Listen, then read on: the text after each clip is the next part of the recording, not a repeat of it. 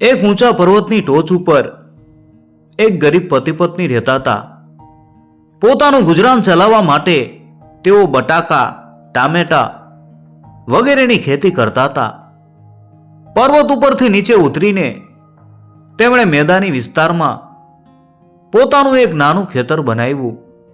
આ બંને પતિ પત્ની ખૂબ જ મહેનતુ અને પ્રામાણિક હતા.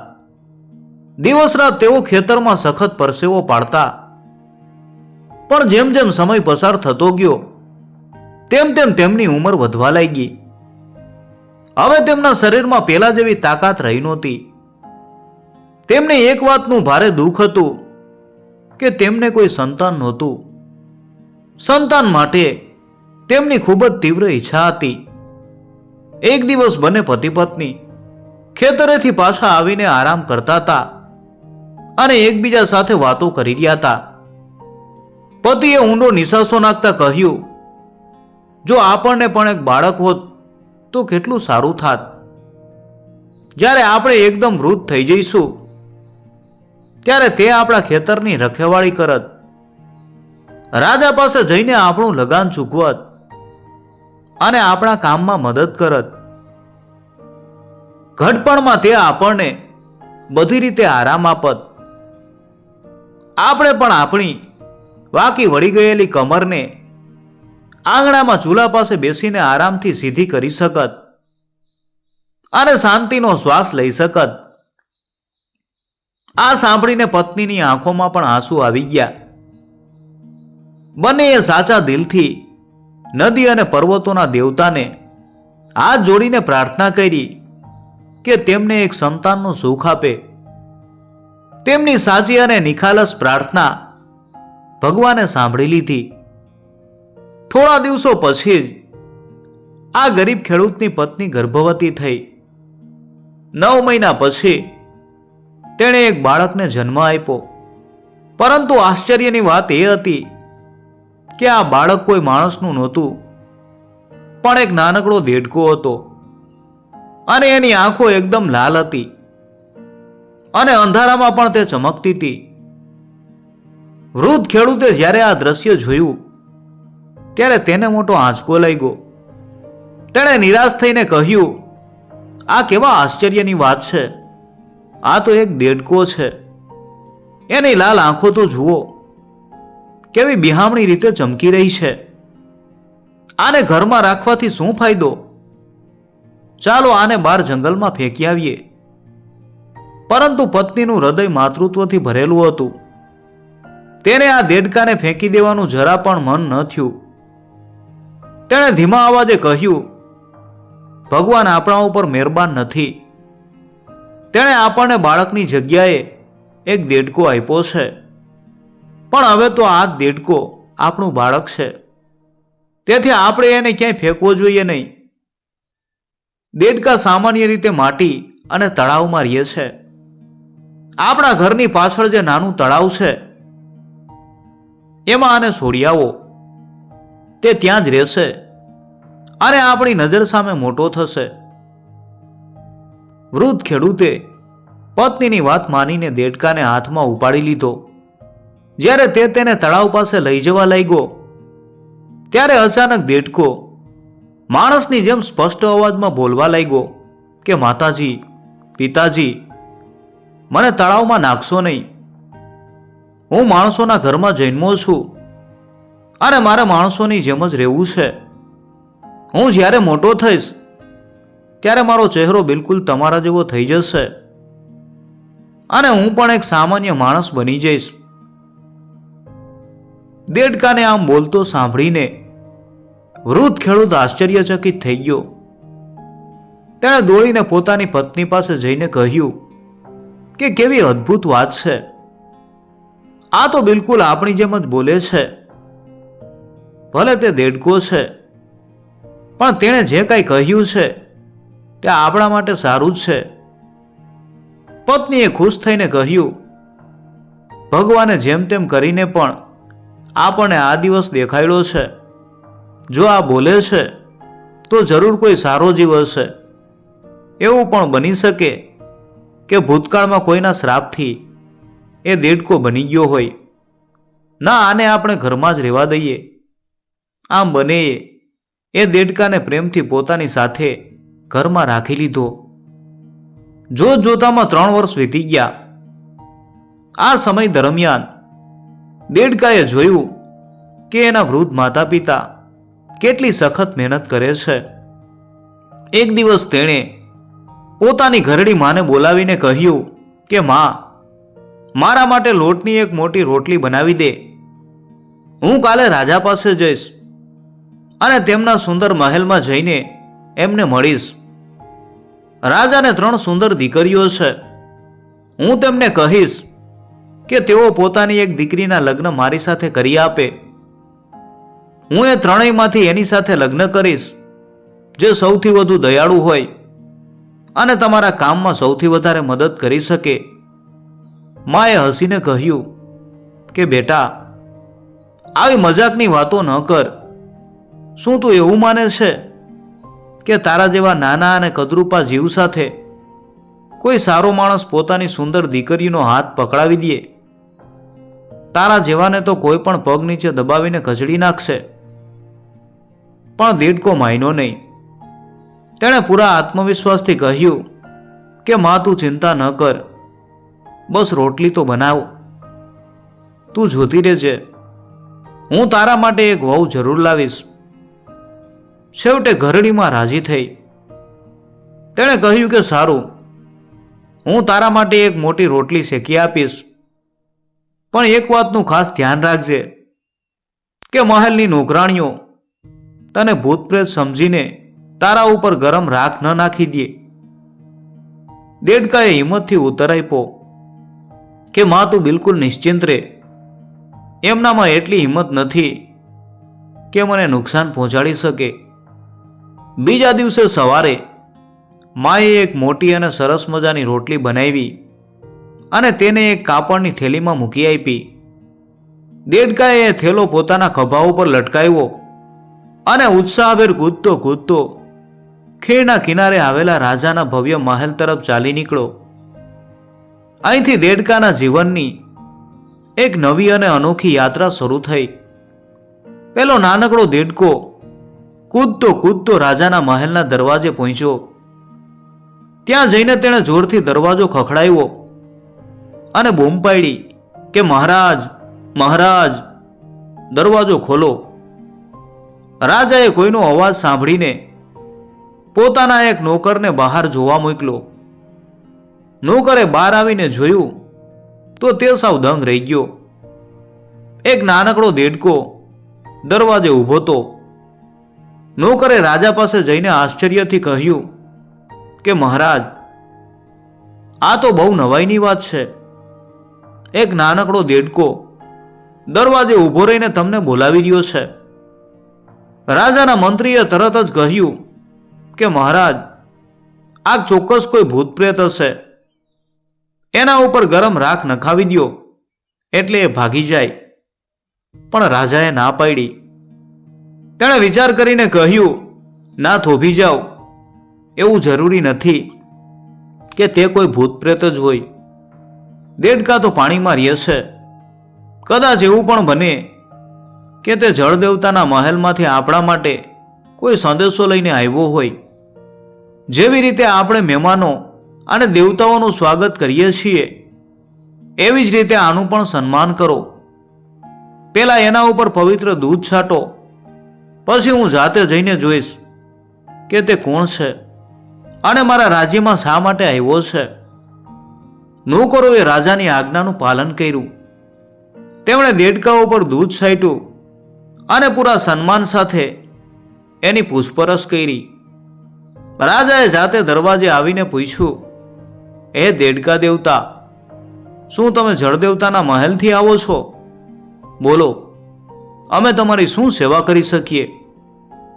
દેડકાએ જરાય ડર્યા વગર નિડરતાથી જવાબ આપ્યો, હું કોઈ જળદેવતા પાસેથી નથી આવ્યો.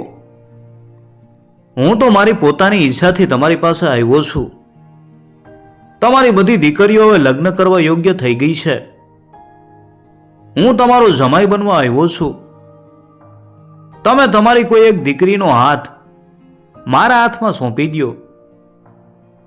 આ સાંભળીને રાજા અને એના નોકરો ગુસ્સાથી લાલચોળ થઈ ગયા.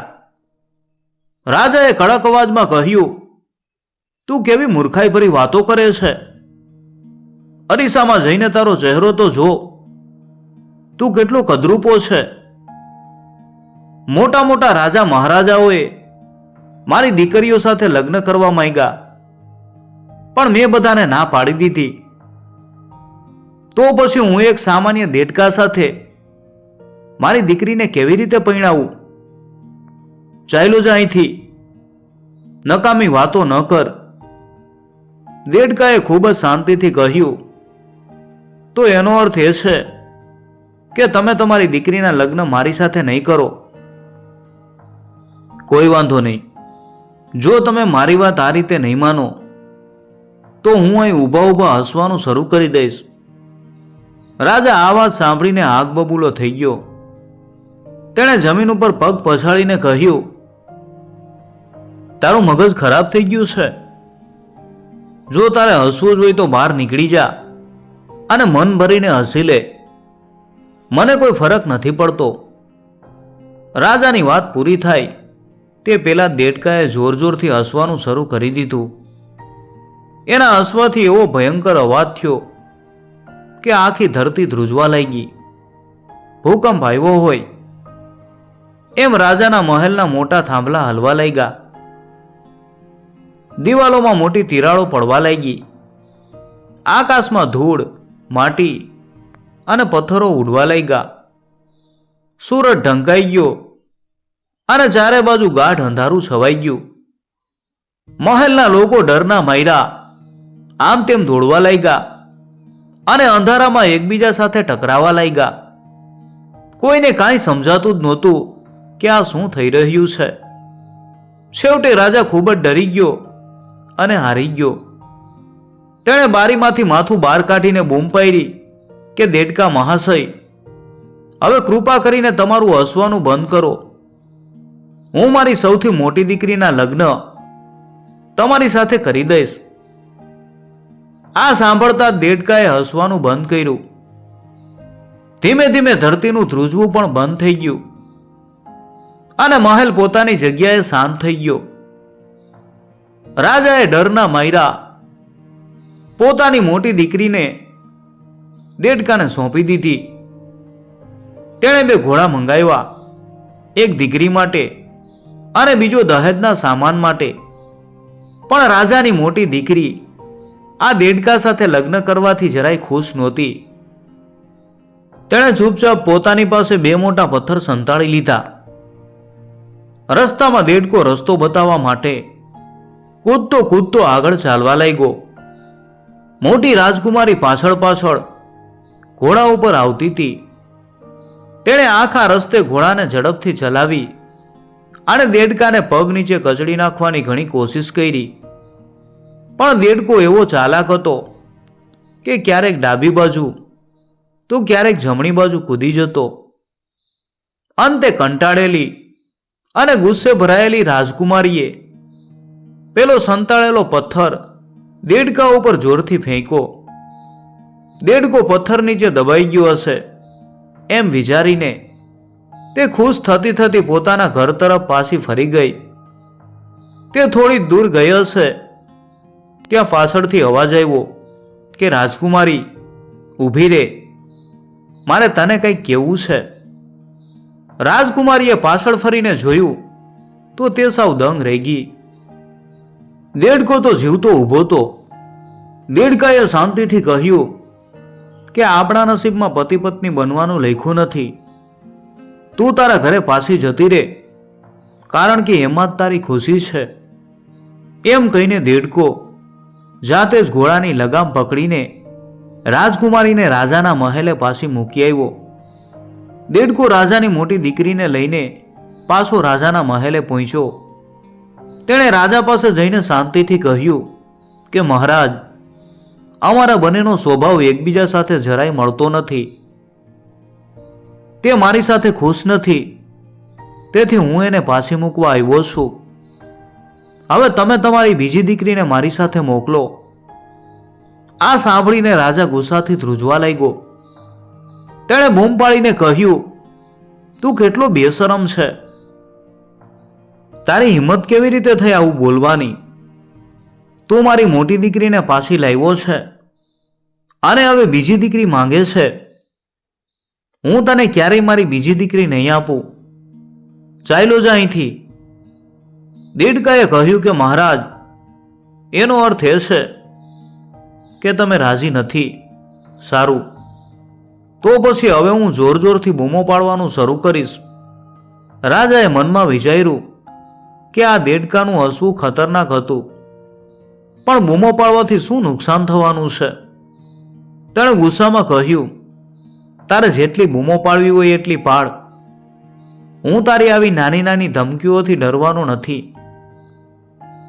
રાજાની વાત સાંભળતા જ દેડકાએ ભયંકર અવાજમાં બૂમો પાડવાનું શરૂ કર્યું. એનો અવાજ એટલો તેજ હતો જાણે આકાશમાં જોરદાર વીજળી કડાકા કરી રહી હોય. અચાનક પહાડો ઉપરથી નદીઓમાં એટલું બધું પાણી આવવા લાગ્યું કે થોડી જ વારમાં બધી નદીઓમાં ભયંકર પૂર આવી ગયું. ધીમે ધીમે આખી ધરતી પાણીમાં ડૂબવા લાગી. પાણી વધતા વધતા રાજાના મહેલ સુધી પહોંચી ગયું અને ગામમાં તબાહી મચવા લાગી. હવે રાજાનો જીવ તાળવે છોંટી ગયો. તેણે તરત જ બારીમાંથી ડોક્યું કરીને બૂમ પાડી કે દેડકા મહાશય, કૃપા કરીને બૂમો પાડવાનું બંધ કરો, નહીતર આપણે બધા મરી જઈશું. હું મારી બીજી દીકરીના લગ્ન તમારી સાથે કરવા તૈયાર છું. દેડકાએ તરત જ બૂમો પાડવાનું બંધ કર્યું અને ધીમે ધીમે પૂરનું પાણી નીચે ઉતરી ગયું. રાજાએ દુઃખી મને પોતાની બીજી દીકરીને ઘોડા ઉપર બેસાડી અને દેડકા સાથે વડાવી. પણ આ બીજી દીકરી પણ દેડકા સાથે જવા માટે જરાય રાજી નહોતી. તેણે પણ ઘોડા ઉપર બેસતી વખતે એક મોટો પથ્થર સંતાડી લીધો હતો. રસ્તામાં તેણે પણ ઘોડાના પગ નીચે દેડકાને કચડી નાખવાની કોશિશ કરી અને પથ્થર મારીને પાછી વળી ગઈ. દેડકાએ તેને પણ અટકાવી અને કહ્યું કે રાજકુમારી, આપણા બંનેનું પણ એક સાથે રહેવાનું લખ્યું નથી. તું પણ તારા ઘરે પાછી જતી રહે. અને દેડકો જાતે તેને પણ મહેલમાં પાછી મૂકી આવ્યો. દેડકાએ ફરી રાજા પાસે જઈને કહ્યું કે મહારાજ, તમારી આ દીકરી પણ મારી સાથે નથી આવવા માંગતી, એટલે હવે તમારી સૌથી નાની દીકરીના લગ્ન મારી સાથે કરાવી દો. આ વખતે તો રાજાના ગુસ્સાનો કોઈ પાર ન રહ્યો. તે પાગલની જેમ રાડો પાડવા લાગ્યો. તે મારી બે દીકરીઓને પાછી મોકલી દીધી. હવે તું ત્રીજી સાથે લગ્ન કરવા માંગે છે? દુનિયાની કોઈ પણ છોકરી તારા જેવા દેડકા સાથે લગ્ન નહીં કરે. તું અહીંથી ચાલ્યો જા. દેડકાએ ફરીથી શાંતિથી કહ્યું કે ઠીક છે, જો તમે તમારી ત્રીજી દીકરી નહીં આપો તો હું અહીં કૂદવાનું શરૂ કરી દઈશ. રાજાએ ગુસ્સામાં કહ્યું, તારે જે કૂદકા મારવા હોય એ માર. તરત જ દેડકાએ કૂદવાનું શરૂ કર્યું. એના કૂદવાથી આખી ધરતી ડોલવા લાગી. પહાડો એકબીજા સાથે જોર જોરથી અથડાવા લાગ્યા. પહાડોમાંથી મોટા મોટા પથ્થરો તૂટીને આકાશમાં ઉડવા લાગ્યા. આકાશમાં ધૂળ અને પથ્થરો છવાઈ ગયા. રાજાના મહેલની દિવાલો પણ એવી રીતે હલવા લાગી કે જાણે હમણાં જ પડી જશે. હવે રાજા પાસે હાર માનવા સિવાય કોઈ રસ્તો નહોતો. તેણે કંટાળીને પોતાની ત્રીજી દીકરીને દેડકા સાથે મોકલવાની હા પાડી દીધી. તરત જ દેડકાએ કૂદવાનું બંધ કર્યું અને બધું શાંત થઈ ગયું. રાજાની ત્રીજી દીકરી પોતાની મોટી બહેનો જેવી નહોતી.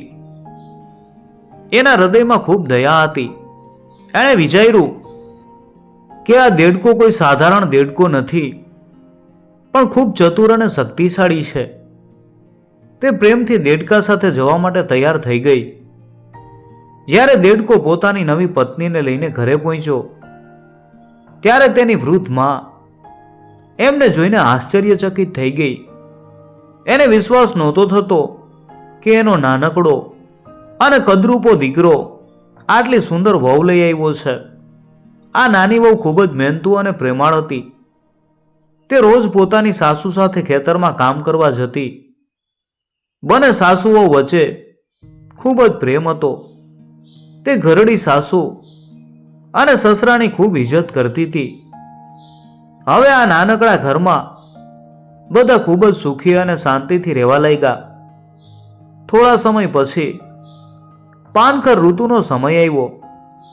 આ ગામમાં દર વર્ષે ઘોડાદોડનો એક બહુ મોટો મેળો ભરાતો હતો. દેડકાના માતા પિતા અને પત્ની મેળામાં જવા તૈયાર થયા. પણ દેડકાએ કહ્યું કે રસ્તામાં ઘણી નદીઓ અને પહાડો આવે છે, એટલે તે ઘરે જ રહેશે. ઘોડાદોડના છેલ્લા 3 દિવસોમાં એક ખૂબ જ સુંદર યુવાન લીલા રંગના કપડાં પહેરીને લીલા ઘોડા ઉપર મેળામાં આવ્યો. તે દેખાવમાં કોઈ દેવતા જેવો આકર્ષક હતો. દોડતી વખતે તેણે લોકો ઉપર પોતાની થેલીમાંથી સોના ચાંદીના ફૂલો વરસાવ્યા. તે જ યુવાન હરીફાઈ જીત્યો. લોકો તેની સુંદરતા અને આવડત જોતા જ રહી ગયા. પણ સાંજ પડતા જ તે યુવાન કોઈને પણ કંઈ કહ્યા વગર ચૂપચાપ ત્યાંથી નીકળીને દેડકાના ઘર તરફ જતો રહેતો હતો. દેડકાની પત્નીને ખૂબ નવાઈ લાગી કે ઘરે રહેવા છતાં દેડકાને પેલા ઘોડે સવારની અને મેળાની બધી જ ખબર કેવી રીતે પડી જાય છે. આ રહસ્ય જાણવા માટે છેલ્લા દિવસે પત્નીએ માથું દુખવાનું બહાનું કાઢ્યું અને મેળામાંથી વહેલી ઘરે પાછી આવી ગઈ. ઘરમાં આવીને તેણે દેડકાને શોધ્યો, પણ તે ક્યાંય મળ્યો નહીં. અચાનક ખૂણામાં તેણે દેડકાની ચામડી પડેલી દેખાઈ. તે તરત જ સમજી ગઈ કે પેલો સુંદર ઘોડેસવાર બીજું કોઈ નહીં પણ એનો પોતાનો જ પતિ છે. ખુશીના માયરા એની આંખોમાંથી આંસુ વહેવા લાગ્યા. પણ પછી તેણે વિચાર્યું કે મારો પતિ આટલો સુંદર છે, તો પછી તેણે આટલી ગંદી અને કદરૂપી દેડકાની ચામડી શા માટે પહેરવી જોઈએ? આ ચામડી પ્રત્યે તેને એટલી નફરત થઈ ગઈ કે તેણે ઉતાવળમાં એ ચામડી સીધી ચૂલાની આગમાં નાખી દીધી અને સળગાવી દીધી. તેને એમ કે હવે એનો પતિ કાયમ માટે આવો સુંદર જ રહેશે. જેવી ચામડી સળગતી હતી ત્યાં જ પેલો સુંદર યુવાન ઘોડા ઉપર આવ્યો. પોતાની ચામડી સળગતી જોઈને તે ખૂબ ગભરાઈ ગયો. તે ઘોડા ઉપરથી કૂદીને આગ ઓલવવા ગયો, પણ બહુ મોડું થઈ ગયું હતું. તે નિરાશ થઈને જમીન ઉપર ઢળી પડ્યો અને દુઃખી થઈને બોલ્યો, અરે ત્યાં શું કર્યું? તે બહુ મોટી ભૂલ કરી દીધી. હું ધરતી માતાનો દીકરો છું. દુનિયામાંથી ગરીબી અને અન્યાય દૂર કરવા માટે મારે મોટું કામ કરવાનું હતું, પણ રાતની કડકડતી ઠંડી સહન કરવા માટે મારી પાસે હજુ એટલી શક્તિ નહોતી. એટલે જીવતા રહેવા માટે મારે આ દેડકાની ચામડી પહેરવી પડતી હતી. તે મારી ચામડી સળગાવી દીધી. હવે હું સવાર પડતા જ મરી જઈશ. પત્ની ધ્રુસકે ને ધ્રુસકે રડવા લાગી.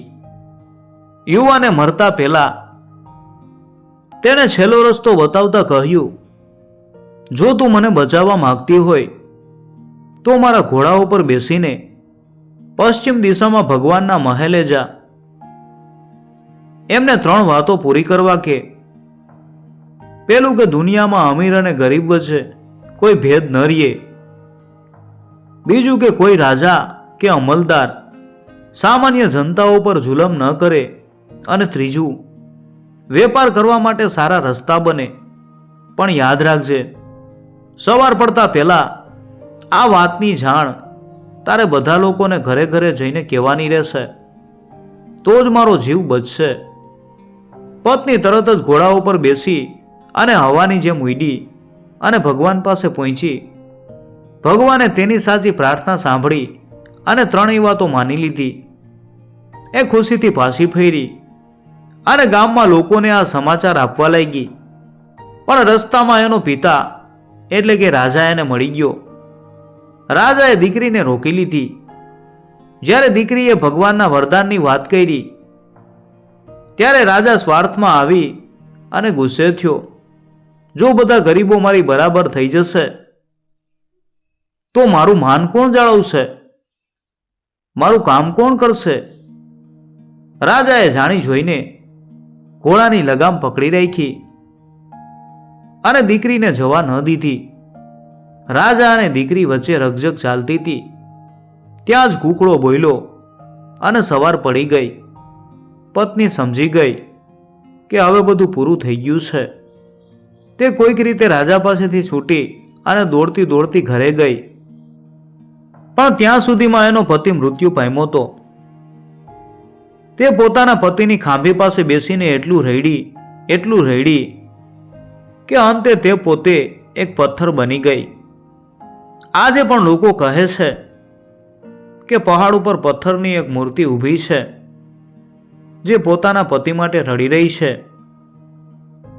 આ વાર્તા આપણને શીખવે છે કે ક્યારેય ઉતાવળમાં કે માત્ર બાહ્ય સુંદરતા જોઈને વગર વિચારે કોઈ નિર્ણય ન લેવો જોઈએ. ધીરજનો અભાવ અને ઉતાવળ હંમેશા મોટા નુકસાનનું કારણ બને છે. અહંકાર અને સ્વાર્થ હંમેશા સમાજના ભલા માટે થતા કાર્યોને રોકે છે. એક વ્યક્તિના સ્વાર્થને લીધે ઘણીવાર આખા સમાજે સહન કરવું પડે છે. મિત્રો, જો તમને આ વાર્તા ગમી હોય તો વિડીયોને લાઈક કરજો અને કોમેન્ટમાં જય માતાજી લખવાનું ભૂલતા નહીં.